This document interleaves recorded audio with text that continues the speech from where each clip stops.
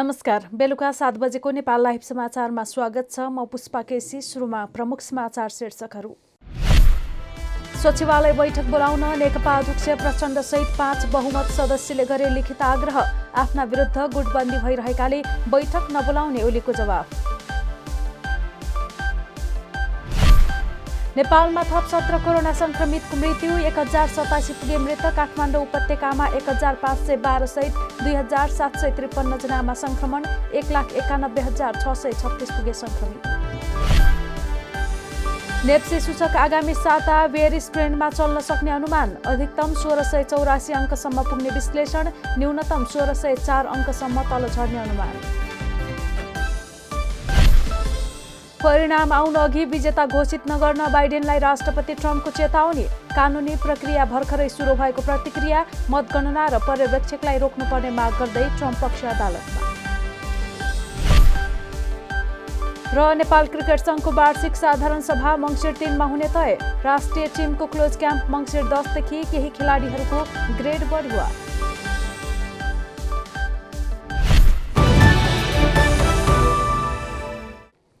अब समाचार विस्तारमा। नेपाल कम्युनिस्ट पार्टी नेकपाका बहुमत सचिवालय सदस्यहरूले तत्काल सचिवालय बैठक बस्न सहमतिका लागि प्रधानमन्त्री एवं पार्टी अध्यक्ष केपी शर्मा ओलीलाई लिखित आग्रह गरेका छन्। कार्यकारी अध्यक्ष पुष्पकमल दाहाल प्रचण्ड सहित वरिष्ठ नेता माधव कुमार नेपाल, झलनाथ खनाल, उपाध्यक्ष वामदेव गौतम र नारायण काजी श्रेष्ठले बालुवाटार गई ओलीलाई सचिवालय बैठक बोलाउन लिखित आग्रह गरेका थिए।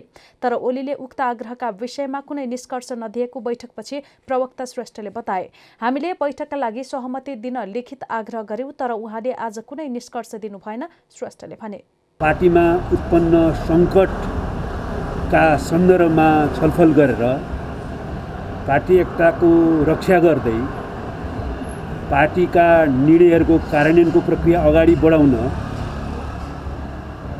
सही समयमा नै समग्र छलफल गर्न आवश्यक छ भन्ने कोणबाट कार्यकारी अध्यक्षले बारम्बार बैठकको आग्रह गर्नुभएको परिप्रेक्ष्यमा पनि बैठक हुन नसकेको स्थितिमा कार्यकारी अध्यक्षले प्रस्तावित गर्नुभएको सन्दर्भलाई मात्रै ध्यान दिँदै छिटै सचिवालयको बैठक बस्नका निम्ति कमरेड केपी शर्मा ओलीसँग पनि अनुरोध गरेका छौँ। त्यो लिखित रूपमा अनुरोध गरेका छौँ। कमरेड अध्यक्ष केपी शर्मा ओलीले बैठकको बारेमा आज निष्कर्ष दिनुभएको छैन। तर प्रधानमन्त्री तथा नेकपा अध्यक्ष ओलीले सचिवालय बैठक नबोलाउने प्रश्न पारेको एक नेताले बताएका छन्। तपाईहरूले म विरुद्ध गुटबन्दी गरिरहनु भएको छ, मलाई पदबाट हटाउन खोजिरहनु भएको छ, ओलीको भनाई उद्धृत गर्दै एक नेताले भने। बैठक किन बस्ने? ओलीले बैठक बोलाउन अस्वीकार गरेपछि नेताहरूबीच केही बेर चर्काचर्की भएको थियो। अध्यक्ष प्रचण्डले ओली स्वयंले गुटबन्दी गरेको आरोप लगाएका थिए। त्यसका लागि उनले बालुवाटारका भेटघाटदेखि जुम मिटिङसम्मलाई सन्दर्भको रूपमा प्रयोग गरेका थिए। साथै आफूमा कार्यकारी अधिकार रहेको विषयलाई अस्वीकार गरिएको पनि प्रचण्डको भनाइ थियो। पूर्व सभामुखहरूले संघीय संसदको हिउँदे अधिवेशन तत्काल आह्वान गर्न सरकारसँग आग्रह गरेका छन्। संक्रमणकालीन अवस्थामा जनताको समस्या सम्बोधन गर्न र सरकारलाई सही बाटोमा डोर्याउन पनि संसदको आवश्यकता रहने भएकाले अधिवेशन तत्काल आह्वान गर्न पूर्व सभामुखहरूले आग्रह गरेका हुन्। संसदको आवश्यकता लोकतन्त्रमा महत्त्वपूर्ण रहेको भन्दै तत्काल अधिवेशन आह्वान गर्नुपर्ने पूर्व सभामुखहरूको भनाइ छ। लामो समय संसद बन्द हुँदा सरकार अराजक बन्ने खतरा हुने भएकाले तिहार लगत्तै अधिवेशन आह्वान हुनुपर्ने पूर्व सभामुखहरूले बताएका छन्। जनताको प्रतिनिधिमूलक संस्था संसद बन्द हुँदा देशमा अराजकता मौलाउने डर हुने पूर्व सभामुख ओन्सरी घरतीले बताइन्। यस्तो किसिमको विषम परिस्थितिमा जनताले चाहिँ आफूले आफ्नो स्वास्थ्य ख्याल गरेर काममा एडजस्ट हुँदै गइराखेको अवस्था पनि हामीले देख्न सक्छौँ। यो सँगै अझ जनताको प्रतिनिधि संस्था संसद जस्तो संस्थाले त जनताहरूको दैनिक समस्याहरूमा आवाज उठाउनु पर्ने हुन्छ, निर्णय गर्नुपर्ने हुन्छ हैन। त्यसको लागि चाहिँ विभिन्न प्रकारको व्यवस्थाहरू गर्नुपर्ने हुन्छ। त्यसैले संसद त अनिवार्य चल्नुपर्छ। र मलाई कस्तो लाग्छ भने अहिले हामीले चाहिँ 4 महिनाभन्दा बढ्ता संसद बन्दको अवस्था कटाइसकेका छौँ। अब हामीले तिहार पछाडि त अनिवार्य रूपमा संसद चलाउनुपर्छ र सरकारले यसलाई चाहिँ अब तुरुन्तभन्दा तुरुन्त यसलाई अगाडि बढाउनुपर्छ। यस्तै कङ्ग्रेस वरिष्ठ नेता एवं पूर्व सभामुख रामचन्द्र पौडेलले राज्यलाई सञ्चालन गर्ने र सरकारलाई बाटो देखाउने भएकाले संसद अधिवेशन सुचारू गर्नु अनिवार्य भएको बताए। सरकारले संसदको अधिवेशन बन्द गर्दा कतिपय तत्काल गर्नुपर्ने ऐन यो चाहिँ लोकतन्त्रको एउटा अनुशासन, यसले चाहिँ सबैलाई शासकहरूलाई ठिकसँग अनुशासित गर्दछ र यो संसद पनि शासकलाई अनुशासनमा राख्ने, बाटो देखाउने र उसलाई सही ढङ्गले हिँड्न लगाउने, देशलाई नीति निर्देशन गर्ने, विधान कानुन ऐन बनाउने, त्यो चाहिँ नि थलो। आज चाहिँ नि त्यो चाहिँ नि बैठकै रोकेर चाहिँ नि यसरी राख्न हुने थिएन। त्यसकारण चाहिँ नि संसदको अधिवेशन अपरिहार्य छ र चाहिँ नि यो अब तुरुन्त पहिलेको अधिवेशन समय नआउँदै अन्त गरिएको हुनाले अबको हिउँदे अधिवेशन तुरुन्तै अब सुरु गर्नुपर्छ। तिहारपछि अब यो छठपछि यो चाहिँ अधिवेशन सुरु गर्नुपर्छ। सरकारले संसदको अधिवेशन बन्द गर्दा कतिपय तत्काल बन्नुपर्ने ऐन कानुनहरू अलपत्र परेको उनको भनाइ छ। प्रधानमन्त्री केपी शर्मा ओलीले सत्ता स्वार्थका लागि आकस्मिक रूपमा संसदको अधिवेशन अन्त्य गरेको उल्लेख गर्दै पूर्व सभामुख पौडेलले सत्तारूढ दलले एकाधिकार लाद्न खोजेको आरोप लगाए। सरकारले संसदको अन्त्य गरेर लोकतन्त्रको आत्मालाई मार्ने काम भएको उल्लेख गर्दै पौडेलले संसद सुरु गरेर लोकतन्त्रको आत्मा जोगाउनु पर्ने र देशलाई समृद्धितर्फ लैजान सकिने बताएका छन्। नेपालमा थप 17 कोरोना संक्रमितको मृत्यु भएको छ। यो सँगै कोरोना संक्रमित मृतकको संख्या 1087 पुगेको स्वास्थ्य तथा जनसङ्ख्या मन्त्रालयले जनाएको छ। यसैगरी पछिल्लो 24 घण्टामा देशभर 2753 जना संक्रमित थपिएका छन्। यो सँगै नेपालमा कुल संक्रमितको संख्या 1,91,636 पुगेको छ। हाल देशभर 35,435 जना सक्रिय संक्रमित छन्। हालसम्म थप 2,206 जना कोरोना संक्रमण मुक्त भएका छन्। यो सँगै नेपालमा कोरोना संक्रमण मुक्त हुनेको संख्या 1,55,114 पुगेको छ। यस्तै काठमाडौँ उपत्यकामा 1,512 जना कोरोना संक्रमित थपिएका छन्। मन्त्रालयका अनुसार काठमाडौँमा 1,294, ललितपुरमा 141 र भक्तपुरमा 77 जना संक्रमित थपिएका छन्। यो सँगै काठमाडौँमा कोरोना संक्रमितको संख्या 70,770, ललितपुरमा 9,915 र भक्तपुरमा 6,404 पुगेको छ भने काठमाडौँ उपत्यकामा संक्रमितको संख्या 87,089 पुगेको छ। यसै शैक्षिक सत्रबाट अनिवार्य विषयका रूपमा लागू गरिएको सामाजिक अध्ययन तथा जीवन उपयोगी शिक्षाबारे उत्पन्न अन्यल चिरेर कार्यान्वयनका लागि शिक्षकलाई अभिमुखीकरण गराउन शिक्षाविदले सुझाव दिएका छन्। विद्यालय शिक्षाको राष्ट्रिय पाठ्यक्रम प्रारूप 2076 अन्तर्गत एकल पथीय रूपमा कक्षा 11 र 12 मा समावेश गरिएको सो नयाँ विषयको सान्दर्भिकता र कार्यान्वयनको अन्यलबारे शनिबार शिक्षा पत्रकार समाज र ज्ञान अनुसन्धान तथा सिकाइ केन्द्रले आयोजना गरेको भर्चुअल बहसमा विज्ञहरूले सो सुझाव दिएका हुन्। तत्कालीन उच्च स्तरीय राष्ट्रिय शिक्षा आयोगका सदस्य शिक्षाविद विमल कुमार फुयालले सो विषयलाई सबै तह र विषयमा अन्तर सम्बन्धित बनाएर लान आवश्यक रहेको बताए।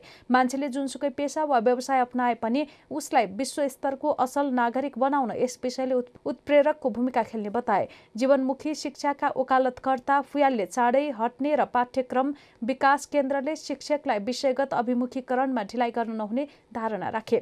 स्वतःमा गणितलाई अनिवार्यमा नराखिएको र पाठ्यक्रम तर्जुमाको अधिकार स्थानीय तहको भएको दावी गर्दै नयाँ प्रारूप कार्यान्वयन नगर्न अन्तरिम आदेशको माग गरिएको थियो। सर्वोच्च अदालतमा परेको रिट निवेदनमा यही कार्तिक 20 गतेको आदेशले हाललाई कार्यान्वयन नगर्न आदेश भई यही कार्तिक 26 गते पेशी तोकिएको छ। निजी उच्च विद्यालयहरूको संस्थाले पनि तयारी अपुग भएकाले यस वर्ष नयाँ पाठ्यक्रम लागू नगर्न दबाब दिँदै आएको छ। नेप्से सूचक आगामी साता बेयरिस ट्रेन्डमा चल्न सक्ने अनुमान गरिएको छ। गएको साता नेप्से सूचक 1 वर्ष यताकै अधिकतम बिन्दु कायम भएकाले आगामी साता बेयरिस ट्रेन्डमा चल्न सक्ने अनुमान गरिएको हो। आगामी साता नेप्से सूचक अधिकतम 1684 अङ्कसम्म पुग्ने विश्लेषण गरिएको छ। त्यस्तै न्यूनतम 1604 अङ्कसम्म तल झर्ने अनुमान प्राविधिक विश्लेषकहरूले गरेका छन्। अल्पकालीन बेयरिस ट्रेन्डलाई पछिल्लो राजनीतिक घटनाक्रमले पनि प्रभाव पारिरहेको छ। यसले शेयर बजारमा केही अन्यल पैदा गरेको हो। अहिलेको राजनीतिक किचलोले अवस्था अझ नराम्रो हुने विश्लेषण गरिएको छ। अल्पकालीन बेयरिस ट्रेन्डलाई छुट्याउन सक्ने केही आधार भने कायम नै छ। अबको केही समय सूचीकृत कम्पनीहरूले लाभांश घोषणा गर्नेछन्। यसले अल्पकालीन बुलिस ट्रेन्डलाई छुट्याउन मद्दत गर्ने विश्लेषण गरिएको छ। कोभिड-19 का कारण सूचीकृत कम्पनीहरूले समयमा लेखा परीक्षण गर्न नसक्दा साधारण सभा पनि पछाडि गरिरहेको छ। नेपाल राष्ट्र ब्याङ्कले नगद लाभांशभन्दा बोनस सेयरलाई प्राथमिकता दिन अघोषित निर्देशन दिँदै गर्दा यसले पनि दोस्रो बजारलाई केही सपोर्ट गर्ने देखिएको छ। संस्थापक शेयरधनीहरूले नगद लाभांश चाहे पनि सर्वसाधारण शेयरधनीहरूलाई नगदभन्दा बोनस सेयर दिँदा बढी फाइदा हुन्छ। तत्कालका लागि बोनस सेयर फाइदाजनक देखिए पनि दीर्घकालीन रूपमा बोनस सेयरले आगामी वर्षको प्रतिफललाई घटाउँछ। बजारमा पर्याप्त तरलता भएका कारण सेयर लगानीकर्ताले सेयर धितो लिएरै सेयर खरिद गरिरहेका छन्। हामी नेपाल लाइभ समाचारमा छौं। अब अन्तर्राष्ट्रिय समाचार। अमेरिकी राष्ट्रपति निर्वाचनमा रिपब्लिकन पार्टीका उम्मेद्वार एवं राष्ट्रपति डोनाल्ड ट्रम्पले परिणाम आउनु अघि आफूलाई विजेता घोषित नगर्न प्रतिद्वन्दी जो बाइडेनलाई चेतावनी दिएका छन्। केही समय अघि ट्विट गर्दै उनले यस्तो चेतावनी दिएका हुन्। उनले भनेका छन्, यस्तो दाबी त म पनि गर्न सक्छु। ट्रम्पले बाइडेनले विजयी भएको दाबी गर्न नहुने उल्लेख गर्दै कानुनी प्रक्रिया भर्खरै सुरु भएको जनाएका छन्। यद्यपि ट्रम्पले मतगणना चल्दा चल्दै 2 पटक आफू विजयी भएको दाबी गरिसकेका थिए, जबकि त्यतिखेर सम्बन्धित क्षेत्रमा बाइडेनले अग्रता लिइरहेका थिए। मतगणना र पर्यवेक्षकलाई रोक्नुपर्ने माग गर्दै ट्रम्प पक्ष अदालत पुगिसकेको छ। कैयौं महत्त्वपूर्ण राज्यमा मतगणना रोक्नुपर्ने ट्रम्प पक्षको माग छ। यसैबीच मतगणना जारी राज्यहरूमा अग्रता लिन थालेपछि अमेरिकी राष्ट्रपतिको चुनावी दौडमा रहेका जो बाइडेन जितका लागि विश्वस्त देखिन थालेका छन्। उनले यही क्रममा गरेको भाषणमा आफू स्पष्ट बहुमतका साथ जित्ने बताएका छन्। डेलावेयरमा गरेको भाषणमा उनले अमेरिकी इतिहासमै आफूले धेरै मत पाएको समेत बताएका छन्। उनले भने, हामी 24 वर्षपछि एरिजोना जित्दैछौँ र 28 सालपछि जर्जिया। यो चुनावपछि तनाव बढ्न सक्ने उनको भनाइ छ, तर आफूहरूले शान्तिका लागि प्रयास गरिरहनुपर्ने उनले बताए। उनले आफू एकअर्काको विपक्ष हुन सक्ने तर दुश्मन नभएकाले चुनावलाई सोही रूपमा लिन दुवै पक्षका कार्यकर्तासँग आग्रह गरेका छन्। उनले पद सम्हालेको पहिलो दिन नै कोरोना भाइरससँग जुझ्ने योजना अघि सार्ने पनि बताएका छन्। बाइडेनले जितेमा ट्रम्प आगामी जनवरीमा व्हाइट हाउसबाट बिदा हुनेछन्। नेपाल लाइभ समाचारमा अब खेल समाचार। नेपाल क्रिकेट संघको वार्षिक साधारण सभा मङ्सिर 3 मा हुने भएको छ। शनिबार भर्चुअल रूपमा बसेको क्यानको बोर्ड बैठकले मङ्सिर 3 मा साधारण सभा गर्ने निर्णय गरेको हो। नेपाल क्रिकेट संघको वार्षिक साधारण सभा आगामी मङ्सिर 3 मा गर्ने निर्णय भएको छ। बैठकपछि जारी विज्ञप्तिमा उल्लेख छ। क्यानको सोही बोर्ड बैठकले मङ्सिर 10 देखि सम्पूर्ण स्वास्थ्य प्रोटोकल पूरा गर्दै पुरुषतर्फ राष्ट्रिय टिमको क्लोज क्याम्प सुरु गर्ने समेत निर्णय गरेको छ। यस्तै बोर्डको सोही बैठकले केही खेलाडीहरूको ग्रेड बढुवा समेत गरेको छ। सोमपाल कामीलाई ग्रेड ए मा बढुवा गरिएको छ भने अविनाश बोहरालाई बी ग्रेडमा गरिएको छ। यस्तै ललित नारायण राजवंशीलाई बी ग्रेडमा र मनदीप बोहरालाई सी ग्रेडमा वर्गीकरण गरिएको छ। यस्तै महिलातर्फ सरस्वती चौधरीलाई बी ग्रेडमा र ममता चौधरी र सुमन खतिवडालाई सी ग्रेडमा राख्ने निर्णय समेत गरेको छ। यस्तै भारतीय दूतावासको सहयोगमा कीर्तिपुर स्थित टियु क्रिकेट मैदानको पेभिलियन हलको स्तर उन्नति गर्ने, मुलपानी क्रिकेट मैदानमा ड्रेन निर्माण गर्ने समेत निर्णय गरेको छ। यस्तै प्रधानमन्त्री राष्ट्रिय कप क्रिकेट प्रतियोगिता डिसेम्बरको अन्तमा सञ्चालन गरिने भएको छ। नेपाल लाइभ समाचार सकिएको छ। समाचारको अन्त्यमा प्रमुख समाचारका शीर्षकहरू फेरि एकपटक। सचिवालय बैठक बोलाउन नेकपा अध्यक्ष प्रचण्ड सहित 5 बहुमत सदस्यले गरे लिखित आग्रह। आफ्ना विरुद्ध गुटबन्दी भइरहेकाले बैठक नबोलाउने ओलीको जवाफ। नेपालमा थप 17 कोरोना संक्रमितको मृत्यु, 1087 पुगे मृत। काठमाडौँ उपत्यकामा 1512 सहित 2753 जनामा संक्रमण, 1,91,636 पुगे संक्रमित। नेप्सी सूचक आगामी साता वेरी स्ट्रेन्डमा चल्न सक्ने अनुमान। अधिकतम 1684 अङ्कसम्म पुग्ने विश्लेषण, न्यूनतम 1604 अङ्कसम्म तल झर्ने अनुमान। परिणाम आउन अघि विजेता घोषित नगर्न बाइडेनलाई राष्ट्रपति ट्रम्पको चेतावनी। कानुनी प्रक्रिया भर्खरै सुरु भएको प्रतिक्रिया। मतगणना र पर्यवेक्षकलाई रोक्नुपर्ने माग गर्दै ट्रम्प पक्ष अदालतमा।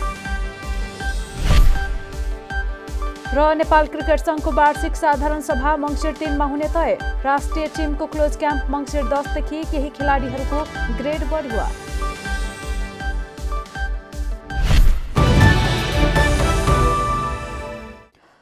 नेपाल लाइभ समाचार आज यति नै। यसपछि नेपाल लाइभमा सर्टकट खबर हेर्न सक्नुहुनेछ। यस्तै हाम्रा अन्य कार्यक्रम नेपाल लाइभको Facebook page, YouTube channel, Twitter र हाम्रो वेबसाइट नेपाललाइभ.com मा पढ्न र हेर्न सक्नुहुनेछ। नमस्कार।